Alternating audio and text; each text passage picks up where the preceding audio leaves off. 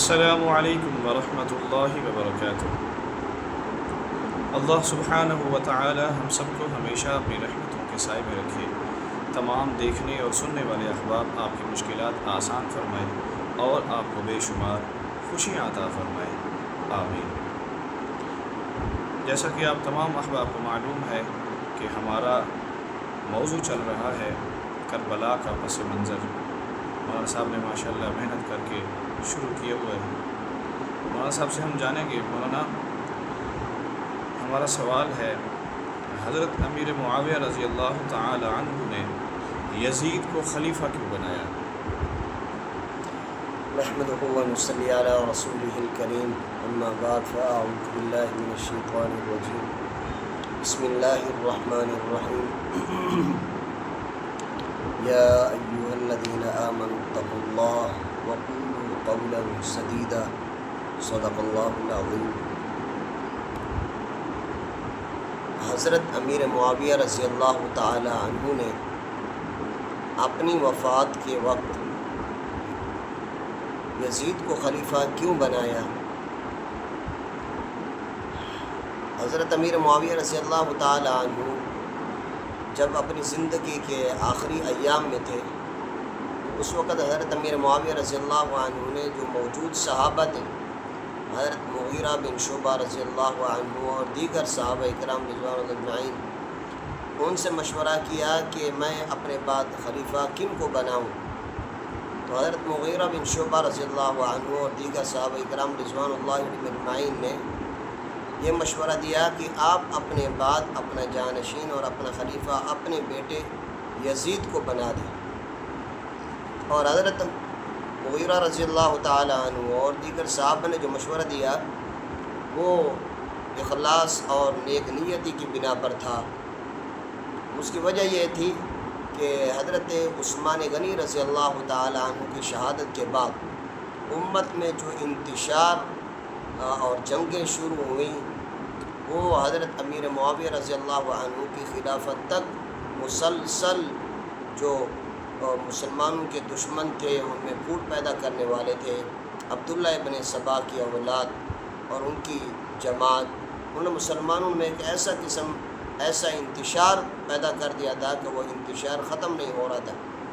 تو سیدنا امیر معاویہ رضی اللہ تعالی عنہ کو اللہ نے چونکہ سیاسی تدبر اور انتہائی حلم اور بردباری سے نوازا ہوا تھا، تو انہوں نے بڑی حکمت اور بصیرت سے اپنی حکومت کو ایسے چلایا کہ امت میں یہ انتشار ختم ہو گیا۔ اس لیے پھر صحابہ یہ چاہتے تھے کہ اب حضرت امیر معاویہ رضی اللہ تعالیٰ عنہ کے بعد بھی یہ انتشار پیدا نہ ہو۔ یزید کو خلیفہ بنانے کی جو بڑی وجہ تھی وہ یہ تھی کہ چونکہ حضرت امیر معاویہ رضی اللہ عنہ بنو امیہ میں سے تھے، اور حضرت امیر معاویہ رضی اللہ تعالیٰ عنہ کا قبیلہ اور اسی طرح شام کے لوگ وہ جو ہے نا یزید پر متفق ہو جائیں گے، اس لیے امت انتشار سے بچ جائے گی۔ تو یہ وجہ تھی یزید کو خلیفہ بنانے کی۔ اور یزید کو خلیفہ بنانے کے بعد حضرت امیر معاویہ رضی اللہ عنہ نے باقاعدہ خطبہ بھی دیا اور اللہ سے یہ دعا بھی کی کہ اللہ اگر یزید صحیح چلے تو ان کی خلافت باقی رہے، وگرنہ ان کو آپ اٹھا لیجیے۔ جب یزید خلیفہ بنا تو ابتداءً ان کے اندر کوئی فسق و فجور اور اس طرح کی باتیں ظاہر نہیں ہوئیں، یہ صوم و صلات کا پابند تھا۔ لیکن زمانہ گزرنے کے بعد یزید نے اپنے گورنروں کو یہ خطوط لکھے کہ آپ لوگوں سے میرے لیے بیعت لینا شروع کر دیں۔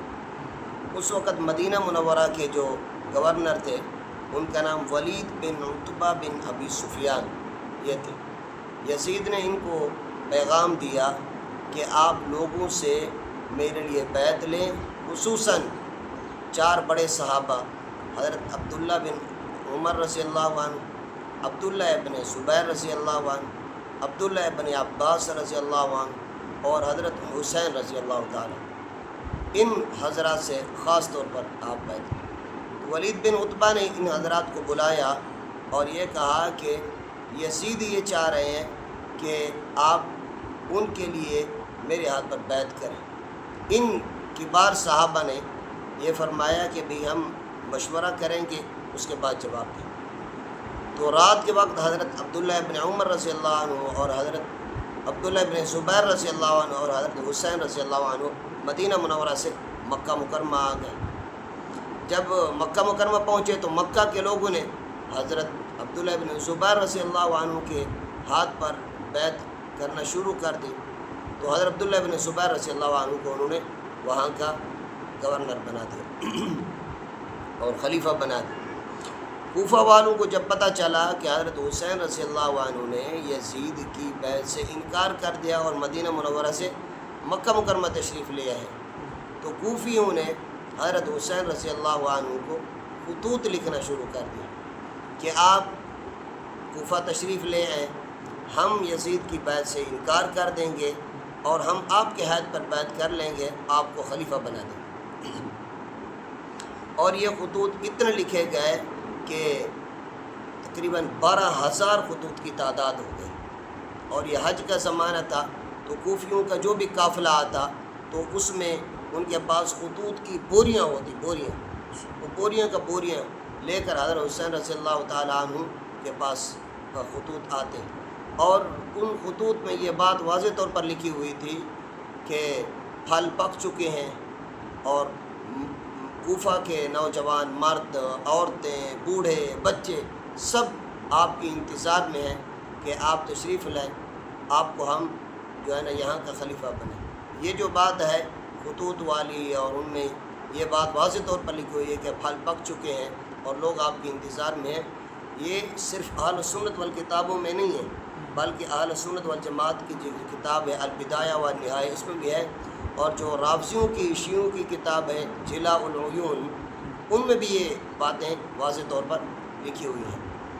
تو حضرت حسین رضی اللہ تعالیٰ عنہ نے جب مکہ مکرمہ سے کوفہ جانے کا ارادہ کیا، تو حضرت حسین رضی اللہ تعالیٰ عنہ کو کبار صحابہ نے منع کیا کہ آپ کوفہ نہ جائیں۔ عبداللہ ابن عمر رضی اللہ تعالیٰ عنہما نے ان سے یہ فرمایا کہ بھائی آپ کوفہ نہ جائیں، کیوں؟ کوفہ والوں نے آپ کے والد حضرت علی رضی اللہ تعالیٰ عنہ سے وفا نہیں کی، اور اسی طرح آپ کے بڑے بھائی حضرت حسن رضی اللہ تعالیٰ عنہ سے وفا نہیں کی، یہ لوگ وفادار نہیں ہیں، آپ کوفہ نہ جائیں، یہ آپ سے بھی جو ہے نا بدعہدی کریں گے، تو آپ نہ جائیں۔ لیکن حضرت حسین رضی اللہ تعالیٰ عنہ نے یہ فرمایا کہ میں نے اب ارادہ کر لیا ہے۔ اس وقت حضرت حسین رضی اللہ تعالیٰ عنہ کے ساتھ حضرت حسین رضی اللہ تعالیٰ عنہ کے اہل خانہ، گھر والے، اولاد، اور حسن رضی اللہ عنہ اولاد، اور اسی طرح ان کے یعنی اہل بیت کے جتنے افراد تھے ان کی تعداد تقریباً 150 کے قریب تھی۔ ہاں جی، تو حضرت حسین رضی اللہ نے فرمایا کہ انہوں نے مجھے خطوط لکھے ہیں، میں نے اب جانے کا ارادہ کر لیا ہے، میں نے جانا۔ حضرت عبداللہ ابن زبیر رضی اللہ تعالیٰ عنہ نے بھی ان کو منع فرمایا کہ آپ نہ جائیں۔ حضرت عبداللہ ابن عباس رضی اللہ عنہ نے ان کو یہاں تک فرما دیا کہ آپ نہ جائیں، آپ نے جانا ہی ہے تو آپ اکیلے جائیں، اپنے بچوں کو اور گھر کی عورتوں کو ساتھ لینے جائیں، کیونکہ کوفی لا یوفی، یہ مشہور آج سے نہیں ہے، یہ اسی زمانے سے ہے کہ کوفہ کے لوگوں نے کسی سے وفا نہیں کی، یہ آپ سے وفا نہیں کریں گے۔